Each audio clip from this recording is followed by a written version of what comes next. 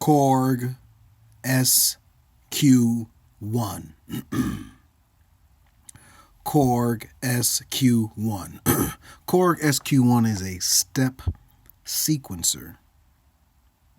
And this is a pretty nice sequencer. It's not one that is as pad friendly, if you will, as like the B-Step Pro. I mean, the B-Step Pro is no doubt, I don't own it. Let me preface that. It is my belief that the B-Step Pro is a more powerful sequencer than the Korg SQ1. However, this is no slouch. I mean, this is a pretty nice sequencer. I like it, and one day I do plan on getting the B-Step Pro, and I can do a comparison between the two and whatnot. But to go along with the Volcas and other gear, this is a pretty nice sequencer. And what I like about it is how you can basically, I can take it and I can sync up, I can sync the Volcas to it, and also I have two lines, A and B, for gate in and out. So I can either control or have this control. I can have something control this or vice versa with the gate in and out. And also the little bits. Now the little bits, I'm not into that. That's more kiddish or whatever, and there's too many parts and pieces or whatnot. So that, you know, on one hand, it does kind of interests me, but the other hand, it's just all these little pieces and whatnot. I'm more of a pocket operator. I like that small piece, but the little bits just seems to be a little cumbersome, if you will. But I'm sure it's a decent sound. So I can't really speak on that. But it has MIDI in and out. You have two lines for gate, and you also have sync. So essentially, you can have your vocal sync along with having two other pieces of synth and having the MIDI. So you have some great options. Then you have different modes that you can play with. Actually, several different modes. And also, you have sequencer modes, which is gate on, active step, slide, and step jump, along with a knob that has different modes for sequencing as well. Random, where it goes back and forth, CV gate duty, CV slide, and then just flat out random.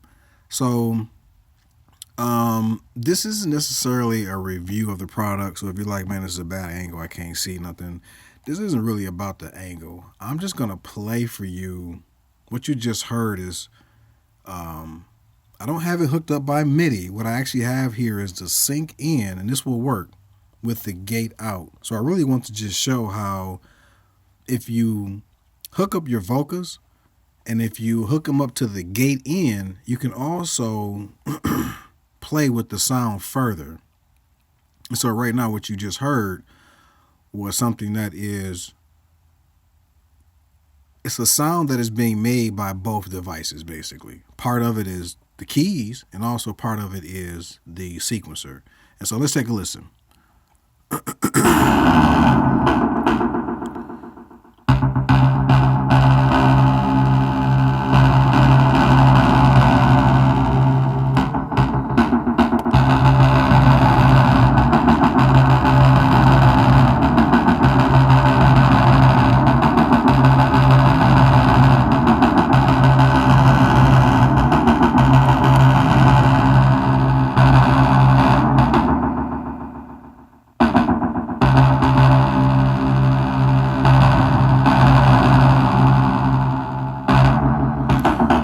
Hear the sound is actually changed because with these knobs,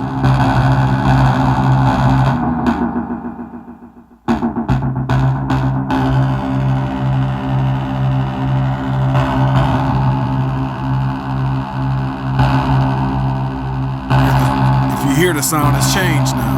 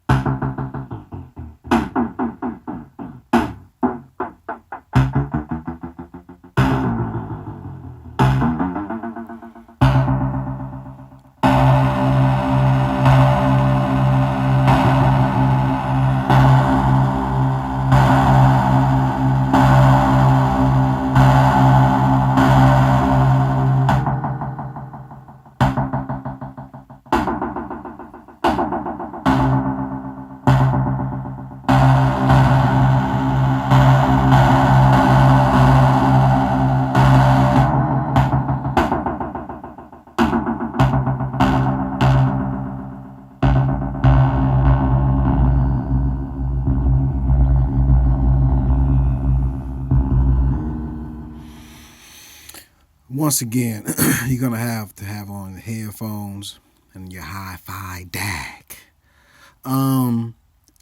This is what I like. I can't explain to you what I did. All I know is that the sequencer gives me another level of tweaking sonically. I hooked something up to it, and then I started playing with the knobs. Again, if you don't know what none of this stuff means, you're not alone. Just press the button and listen to see what happens. And over time, as you press a button, you will understand what certain things do. So I just like the fact that how I'm able to just make these, things that I couldn't have sat down and said, okay, let me do this, and then just dial it up. No, this is like this inspiration. And for me, this is like the icing on the cake or whatever. Inspiration and music, talking about go hand in hand. Oh my God, that's just what it's all about. I mean, it could be that they're one and the same. So I like the sequencer, the Korg SQ1. It is inexpensive, is more than half the cost of the BeatStep Pro. Now, I'm not even trying to compare it to that because I'm not even certain if they're really comparable, because the BeatStep Pro on paper looks like a totally different beast. Again, I don't own it, so I'm not going to speak on it and say something that's out of pocket. But from everything that the information that I've gathered, it seems that the BeatStep Pro is a more powerful sequencer. But one day when I get it, I can really dive into it and kind of see how it works. For now, though, if you don't have $250 to go out and get something like a BeatStep Pro in the interim, which is why I bought this, you may want to look at the Korg SQ1. I mean, I paid full price. I think it says here it's $100 in the US. So secondhand, I guess $75 maybe. I definitely, and it's built like a tank. I mean, this thing is all metal. You know, it's not really much to it. You got your different plugins, and then you have this. So it's my recommendation that this is worth the money. And if you're looking for a sequencer, or maybe if you're looking for another tool to add to your arsenal to manipulate sound, this wouldn't be a bad idea. It really wouldn't. Now, I'm finna sidebar for a second, because in one of my other videos, I was talking about the Volcas and how dope it would be if, one, I believe you guys are already in production of making the Volca snare. I'm pretty certain that's the case. At least I'm hoping as a consumer that is the case. But I like to throw this ideal out there. I mean, this right here is nice, but it would be dope to have a Volca mixer that has like maybe 4 ends, 4 tracks, 4 line ends that you can put something in, and then also give it this style of manipulation, maybe with the buttons and some of this kind of manipulation, so that, or maybe just effects. Maybe it's just effects that you can apply to each track. That would be dope. So you have your little touchscreen bar. It's a performance mixer. You have your 4 lines in. So you got your 4 vocals or whatever you want in. Boom. And then you have the ability to affect that sound. And of course, Korg being Korg, you got to make it so that it's recordable with motion sequence. Yo. The Volca mixer. I hope this message reaches Korg in good health. Please keep me in mind, John G. Korg Volca mixer. I think that would be dope, and I'll be the first one in line to buy it. But that's the sidebar. For now, this is the Korg SQ1. If you're in a money pinch, maybe you're not certain if you need a sequencer, you don't know how they work, and you're not ready to spend $250 for the BeatStep Pro. Now, they do have another one. The BeatStep, I guess, is same price as this, maybe? It's an older model of the BeatStep Pro. So I don't know. Again, I can't speak on the beat steps because I don't own them. I never used them. So I'm not going to make this a comparison to that because I cannot. It would be bogus. So I can't speak truthfully about it. But what I can say is that the reason why I bought this was because of the price. It was like, okay, well, until I get $250 to buy this device that doesn't make noise, essentially, let me do, because I mean, $250 is, I'd rather buy a Volca before I buy something that doesn't make noise. That's just how I think.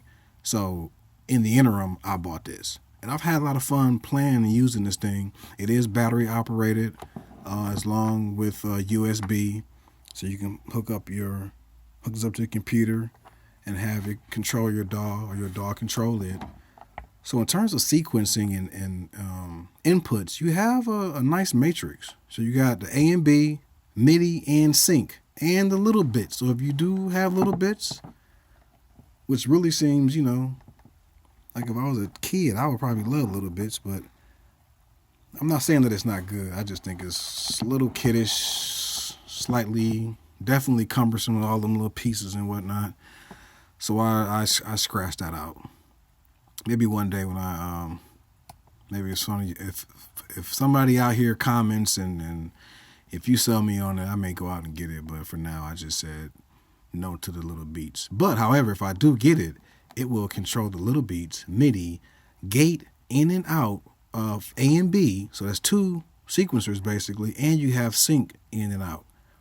So you can have your Volcas, all them lined up. Two synths. MIDI, where you can have this going to the MIDI control box. You can have pimpishly, you can have the MIDI going to something like this and then have 4 more pieces of gear. So, I mean, this can be made out to be a centerpiece of a setup that's dope. And then, however, once it's in the setup, all of these little things, the CVA range, there's 1V, 2V, 5V, 8V, which I believe is volts, all of that linear, minor, major, and chroma, all of these scales and whatever, and all these knobs, they affect the sound. And if you understand this stuff, maybe you can just know what you're dialing in. I would think the majority of us are not going to know. So this is going to just lead to that this is instant inspiration, because as soon as you start turning stuff, oh, okay, it's almost kind of modular, because I don't know what's going to happen.